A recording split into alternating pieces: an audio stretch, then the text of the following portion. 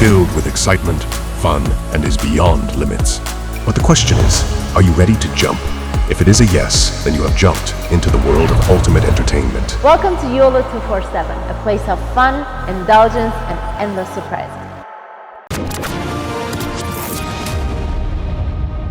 मैं in fact salute करना चाहता हूं पैलेस्टीनियंस को कि बॉस, जैसा आप विक्टिम कार्ड खेलते हो और कोई खेल नहीं सकता है। You are the ultimate. मरा हुआ आदमी जिंदा हो जाता है, गुड़िया को या गुड्डे को एक लिया प्लास्टिक का, उसको एक बच्चा बनाने की कोशिश। दुनिया भर की मीडिया आउटलेट्स ये रिपोर्ट कर रहे हैं कि साहब 8000 लोग गाजा में मर गए। ये हमास वाले अपने आप कोई भी फिगर फेंक रहे हैं और जो ग्लोबल मीडिया है वो इनकी स्टोरी चला रहा है। अब मैं आपको बताता हूं क्यों चला रहा है। जय हिंद दोस्तों, मैं हूं मेजर गौरवारी और आप देख रहे हैं आज की ताज़ा तरीन खबरें। पैलेस्टीन में क्या हो रहा है कि पैलेस्टीन में एक विक्टिम कार्ड का जो मामला है ना, दे आर एक्सपर्ट्स यार। मैं इनफैक्ट सल्यूट करना चाहता हूं पैलेस्टीनियंस को कि बॉस, जैसा आप विक्टिम कार्ड खेलते हो और कोई खेल नहीं सकता है। You are the ultimate players of this victim card and the ultimate users, जिसको कहते हैं ना victim card pro max. Palestinians victim card pro max है। मरा हुआ आदमी जिंदा हो जाता है, गुड़िया को या गुड्डे को एक लिया प्लास्टिक का, उसको एक बच्चा बनाने की कोशिश। कहीं पे मेकअप हो रहा है कि इसको यहूदियों ने गोली मारी या बम फटा, वो पूरा पेंट है उसका। तो ये सब करते हैं। अच्छा, एक और चीज मैं आपको बताता हूं। दुनिया भर की मीडिया आउटलेट्स ये रिपोर्ट कर रहे हैं कि साहब 8000 लोग गाजा में मर गए, जिसमें 4000 बच्चे हैं। अच्छा, ये भी बात फ्रॉड है पूरी। मैं बड़े यकीन के साथ कहता हूं, कभी मैंने ये नहीं देखा कि गाजा में 5337 लोग मरे, राइट, या 6272 लोग मरे, या 1355 लोग मरे।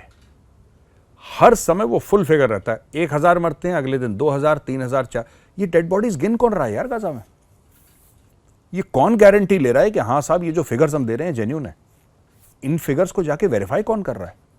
इनके नाम क्या हैं? These people who have supposedly died. ये हमास वाले अपने आप कोई भी फिगर फेंक रहे हैं और जो ग्लोबल मीडिया है वो इनकी स्टोरी चला रहा है। अब मैं आपको बताता हूं क्यों चला रहा है। दोस्तों, इनकी स्टोरी इसलिए चला रहा है ग्लोबल मीडिया, और इसमें एक और बात है ना कि ग्लोबल मीडिया ये जो स्टोरी चला रहा है, यही कांड ये लोग कश्मीर में भी करते थे। अब मैं आपको बताता हूं कि इसका कश्मीर से क्या कनेक्शन है। ऐसा है कि अल जजीरा है। अल जजीरा तो खैर पूरा आतंकी माउथपीस है। वो it is the mouthpiece of the Muslim Brotherhood and other terrorist organisation. It's always in support. It's always in support. अब ये होता क्यों है? अब आप बोलेंगे साहब रॉयटर्स जो है, रॉयटर्स ऐसी बातें क्यों कर रहा है जो कि प्रो हमास लग रही हैं, या एएफपी या एसोसिएटेड प्रेस या ब्लूमबर्ग। देखिए, ऐसा होता है कि जो भी कॉन्फ्लिक्ट जोन होता है ना दोस्तों, जहां पे भी बम पटाखे फूटते हैं, वहां पे जब लैंग्वेज अलग होती है, जो मेन लोग हैं उनसे अलग होती है, मुख्तलिफ होती है language, it is always better to have a local person. तो आप एक लोकल पर्सन को वहां पर डालते हैं। अच्छा, वो लोकल पर्सन क्योंकि लोकल माहौल में रहता है, वहीं पर पला बड़ा पैदा हुआ है, तो उसकी जो थिंकिंग है वो वैसी ही हो जाती है।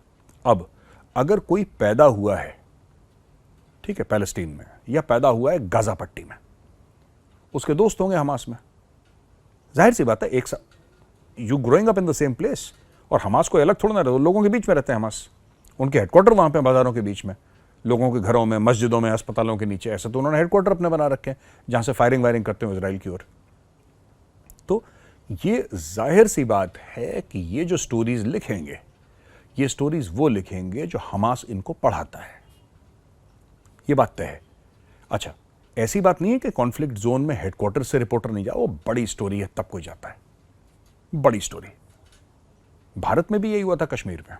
मैं अखबारों के नाम नहीं लूंगा, I will not take the names, but Hindustan के बड़े से बड़े अखबार, मैं न्यूज़पेपर्स की बात कर रहा हूं इस वक्त, बड़े से बड़े अखबार, वहां पे उनके जो लोकल स्ट्रिंगर्स थे श्रीनगर में, वो तो लोकल्स थे।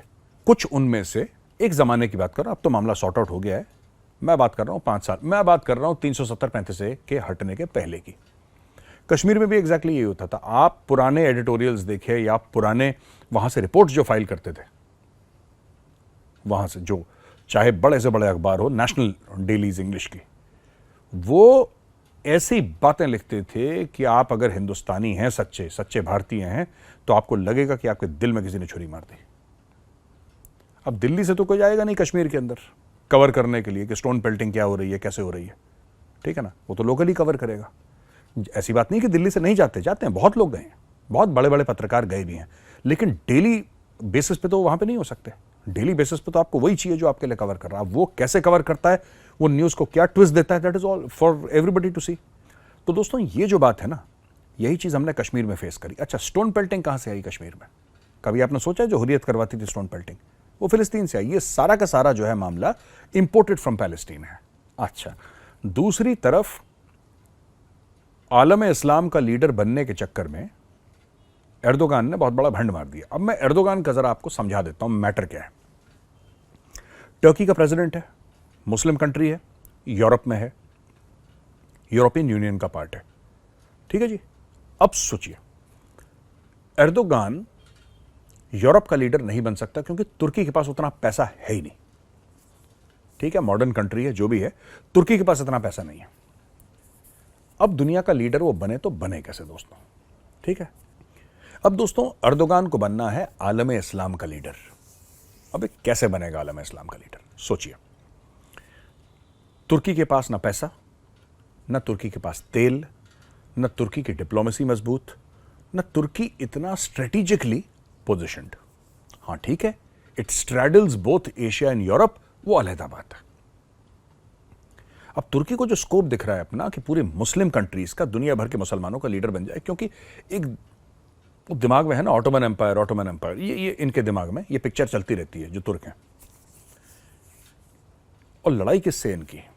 मैं आज की तारीख में भी बोल रहा हूं, जो ये गालियां दे रहा है एर्दोगान खड़े खड़े वेस्टर्न कंट्रीज को, ठीक है, जो उल्टा सीधा कह रहा है यहूदियों को, जो ये उल्टा सीधा कह रहा है इजराइल को, इसका निशाना वो है ही नहीं। मैं आपको बता रहा हूं, इसका निशाना वेस्ट की कंट्रीज है नहीं, इसका निशाना ये सब नहीं है। ये मैं बता रहा हूं, इसका निशाना है सऊदी अरेबिया।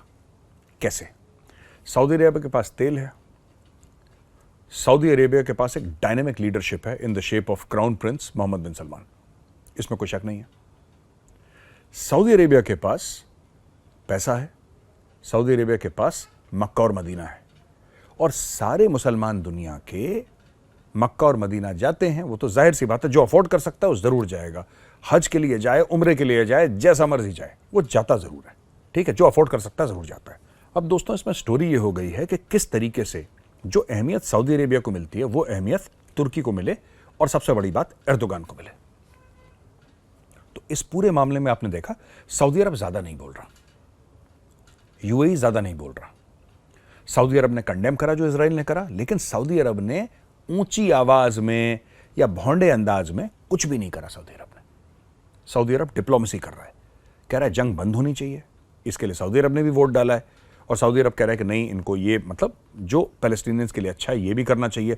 उसने 2 स्टेट सोल्यूशन की भी बात करी सऊदी अरब ने। लेकिन आपको ये बात पता है कि जो सड़क पर लोग चलते हैं ना, दे आर इमोशनल पीपल। हर जगह, वो भारत में हो कहीं भी हो, जो आम आदमी है वो इमोशनल होता है, और उस इमोशन के साथ खेल रहा है एर्दोगान। उसको ये पता है कि ये लड़ाई कभी ना कभी खत्म होगी, ये शायद ये 4 हफ्ते में खत्म हो, ये चाहे 4 महीने में खत्म हो, 4 साल में खत्म हो, ये लड़ाई कभी ना कभी खत्म होगी। और जब खत्म होगी तो आम मुसलमान ये सोचेगा कि कौन था जो चीख चीख के फिलिस्तीनियों के साथ खड़ा था। वो कोई तो होगा, वो कौन है? वो एर्दोगान चाहता है कि he should be seen as the leader of the Muslim world. उसका डायरेक्ट कंपटीशन दोस्तों चल रहा है सऊदी अरब के साथ। ये बाकी ये छोटी मोटी पिक्चरें चल रही है, ट्रेलर इजराइल का चल रहा है, वेस्ट का चल रहा है, ये सब नहीं। वो तो खुद वेस्ट का हिस्सा है भाई, वो तो खुद वेस्ट का हिस्सा है, वो तो खुद यूरोप में बैठा हुआ है। वो किस मुंह से वेस्ट को गाली दे रहा है? He is himself part of west. ये इसका गेम यहां पे चलता है। डोमिनिक मार्टिन एक बंदा है जो पुलिस के पास जाता है केरल में और कहता है कि साहब ये जो ब्लास्ट हुए ना मैंने करे हैं। पुलिस कहती है ठीक है आ जाओ। काफी लोग जो सपोर्ट कर रहे थे थ्योरी और सोशल मीडिया पे, नहीं ये डोमिनिक मार्टिन नहीं हो सकता, कोई है। देखिए पहली बात, मैं ये तो नहीं कहूंगा आपसे कि डोमिनिक मार्टिन नहीं है गिल्टी, क्योंकि ये पुलिस का काम है और फिर जजेस का काम है, वो गिल्टी है नहीं है। आज की तारीख में डोमिनिक मार्टिन ने बोल दिया कि हाँ मैंने ये करा।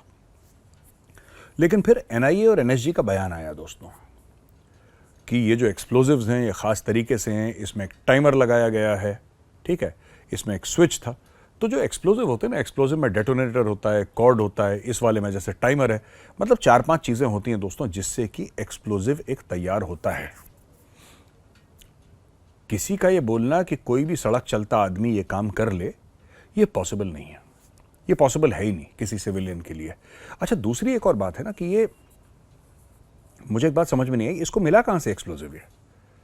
देखिए, किसने करा, उसका नाम डोमिनिक था, उसका नाम दानिश था, उसका नाम दिनेश था, उसका नाम दीप था, वो बात की बात है। लोग इसमें मजहब ढूंढ रहे हैं, मजहब मत ढूंढिए, let's talk logic, let's talk science, ठीक है ना? वो कोई हो यार, मेरी तरफ से मैं कह रहा हूं कि डोमिनिक मार्टिन ही हो। 2-3 बातें हैं जो खड़क रही हैं मुझे। सबसे पहली बात जो खड़क रही है वो ये खड़क रही है कि इसको मिला कहां से, ये जितना भी तामझाम था। क्योंकि ऐसा तो नहीं कि किराने की दुकान में भाई साहब जरा 10 किलो बारूद देना, एक डेटोनेटर देना, एक टाइमर फ्यूज देना मुझे, है ना? ये सब तो होता नहीं है। अच्छा, दूसरी चीज है कि आईडी बनाया था, इम्प्रोवाइज्ड एक्सप्लोजिव डिवाइस, यानी कि वहां पे गया होगा ये पहले। ये कोई प्रोजेक्टाइल नहीं था, आईडी था, यानी कि इम्प्रोवाइज्ड एक्सप्लोजिव डिवाइस। ये वहां पे गया होगा, या जिसने भी करा है वहां पे गया होगा, जमीन के नीचे दबाया होगा, कुछ ना कुछ तो करा है पहले से। तीसरी चीज, मैंने कई आतंकवादी हमलों के बारे में मैंने पढ़ाई करी है, और डिटेल में गया हूं क्योंकि मेरा शौक है, मेरा प्रोफेशन भी है। मैंने आज तक एक हमला ऐसा नहीं देखा जहां पे एक बंदा बम धमाके से लोगों को मारता है, मारने के बाद खुद ही पुलिस के पास चला जाता है और कहता है कि साहब, ये जो लोग हैं जेहोवाज विटनेसेस, ये जो क्रिश्चियंस हैं, मैं भी ईसाई हूं, मैं भी जेहोवा विटनेस हूं, मैं भी इन्हीं के, जिसको कहते हैं क्लैन का हिस्सा हूं, इन्हीं के बिलीफ सिस्टम का हिस्सा हूं। और ये लोग ना सेडिशन की बात कर रहे थे, देश के खिलाफ, और जो राजतंत्र होता है उसके खिलाफ बात कर रहे थे, सेडिशन की बात कर रहे थे, देशद्रोही थे, इसलिए मैंने बम से इनको उड़ाने की कोशिश करी। ये सारे के सारे बयान जो है मुझे लगता है झूठ हैं दोस्तों। मैं फिर ये नहीं कह रहा कि डोमिनिक ने काम करा नहीं करा, वो मेरा काम नहीं है, लेकिन बात ये है कि ये वाला बयान झूठ है। तो ये 2-3 चीजें हैं। उससे एक दिन पहले हमास वाला आता है, ठीक है, और यहां पे सॉलिडारिटी यूथ मूवमेंट करके, शुहेब उसका प्रेसिडेंट है और ये जमाते इस्लामी से सीधा उसका ताल्लुक है, वो इनवाइट करती है हमास के एक फाउंडर को और बोलती है जनाब आप बातचीत करिए। तो एक रिकॉर्डेड स्टेटमेंट वो वहां पे डालता है, लोग आते हैं। जब शोएब से पूछा जाता है कि आपने ऐसा क्यों करा, तो उसने बोला साहब भारत में तो हमास ऑपरेट करता नहीं है, और भारत में वैसे भी मतलब इसका कोई वो नहीं है ना, it is not declared illegal, कोई गैरकानूनी तो है नहीं हमास। तो हमने बोला ठीक है कर दो। एनीवे दोस्तों, इसमें भी 2-3 चीज़ें हैं। मैं इन दोनों को कनेक्ट नहीं कर रहा, मैं कह रहा हूँ कनेक्ट हो सकती हैं। हमास के लीडर का टॉक देना, अगले दिन बम धमाके होना, ये कनेक्ट हो सकता है, मैं मना नहीं कर रहा इस चीज़ का। लेकिन मेरा सवाल कुछ और है। ये केरला में बैठे एक लड़के को, ठीक है, केरल में बैठा एक लड़का, उसको हमास का कांटेक्ट कैसे मिला? केरल जो सबसे पढ़ा लिखा भारत का राज्य, 100% लिटरेसी है वहां पे, ठीक है जी। केरल जिसको गॉड जोन कंट्री बोलते हैं, बड़ा खूबसूरत दुनिया आती है केरल देखने के लिए, और कहते हैं कि जब आप केरल के बैक वाटर्स को देखें या वायनाड को देखें तो मुंह खुला का खुला रह जाता है, इतना खूबसूरत है केरल। हाईली डेवलप्ड है, लोग पढ़े लिखे हैं। आप बात करिए किसी केरलाइट से, they are politically and socially very aware, ठीक है।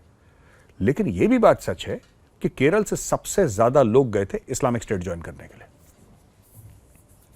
ये जो स्टोरी बनाई है ना, द केरला फाइल्स या केरला स्टोरी ऐसे करके कोई फिल्म आई थी दोस्तों, उसमें जो फिगर्स दिए थे मुझे उसके बारे में नहीं पता कि 3000 लड़कियां गई थी कि 300 लड़की गई थी कि 3 गई थी, इसके बारे में मैं बिल्कुल भी श्योर नहीं हूं। लेकिन लड़कियां गई थीं, और सबसे ज्यादा केरल से गई थी, और सबसे ज्यादा इस्लामिक स्टेट ज्वाइन करने के लिए जो लड़के गए थे वो केरल से गए थे।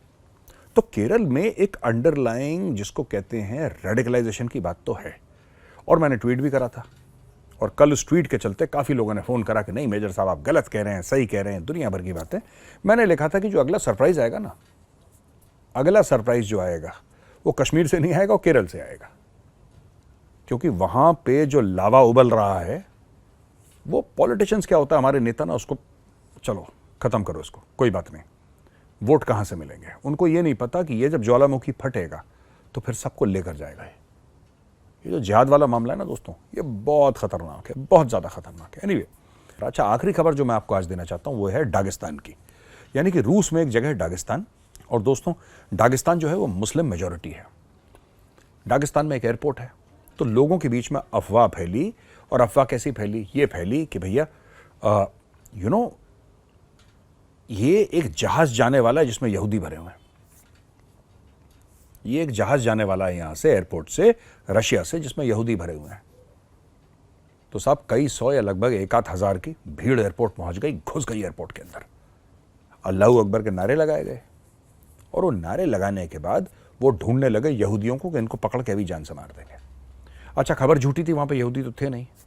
लेकिन आप सोचिए, आप जरा सोचिए, मैं इसके बाद ये वीडियो खत्म कर दूंगा, पर मैं चाहता हूं आप सोचिए और कमेंट्स में जरूर लिखिएगा दोस्तों, कि जो दागिस्तान में, जो कि रूस में है, ठीक है, एक बंदा दागिस्तान में, दूसरा बंदा केरल में, एक बंदा तुर्की में, इनका फिलिस्तीन से क्या नाता है? फिलिस्तीन से क्या लेने देना है इनको? और लेना देना भी इस लेवल का कि आप मरने मारने पे उतर रहे हैं और आप एक्टिवली ढूंढने के कोई यहूदी मिले मैं उसको काटूं। सोचिएगा जरा इसके बारे में कि पूरा माजरा क्या है। ये जो पूरा इजराइल और फिलिस्तीन की लड़ाई, मैं बार बार कहता हूं, लोग कहते हैं नहीं मेजर साहब इसका ये है, कुछ नहीं है ये, ठीक है। मैंने पील कमीशन की रिपोर्ट पढ़ी, मैंने यूनाइटेड नेशंस के रेजोल्यूशन पढ़े जिससे इजराइल पढ़ा है।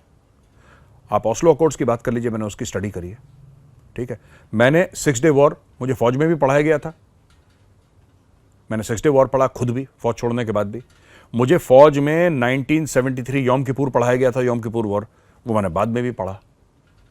जो उसके बाद 2005 में हुआ, withdrawal of Israelis from Gaza, मैंने सब कुछ डिटेल में पढ़ा, और एंड में मैं इस निष्कर्ष पे पहुंचा हूं दोस्तों कि ये लड़ाई जमीन की है ही नहीं, ये लड़ाई धर्म की है। इजराइल तो फिर भी, मॉडर्न इजराइल की बात कर रहा हूं, वो तो वजूद में आया 47-48 में ना, भारत के आसपास, मतलब उसका ये देखे ना, वो दोबारा वजूद में आया है, हजारों साल पुराना, और वहीं पे था वो। उसी जमीन में इजराइल हुआ करता था हजारों साल पहले, फिर उनको बेघर कर दिया गया और वो घूमते रहे दुनिया भर में, लेकिन वो अलग बात है, that is a history lesson for some other day. लेकिन सारा कुछ पढ़ने के बाद मैं एक निष्कर्ष पर पहुंचा हूं कि ये लड़ाई न लिबरेशन की है कोट अनकोट, न जमीन की है कोट अनकोट, ये लड़ाई धर्म की है। This is it. और यही बात एर्दोगान ने बोली। एर्दोगान ने बोला कि क्रेसेंट और क्रूसेड का आप दोबारा मामला लाना चाहते हैं। वो बात कर रहा है first crusade, second crusade, third crusade, वो बात कर रहा है सलाउद्दीन अयूबी की, वो बात कर रहा है रिचर्ड द लायन हार्ट की, वो बात उसकी कर रहा है दोस्तों।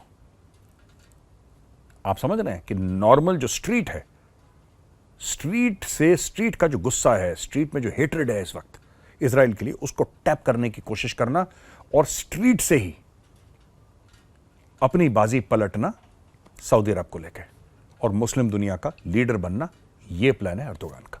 तो दोस्तों, ये वीडियो कैसा लगा आपको? अगर अच्छा लगा तो इस वीडियो को लाइक जरूर करिएगा। मैं कल फिर हाजिर हूंगा एक नए वीडियो के साथ, तब तक के लिए जय हिंद।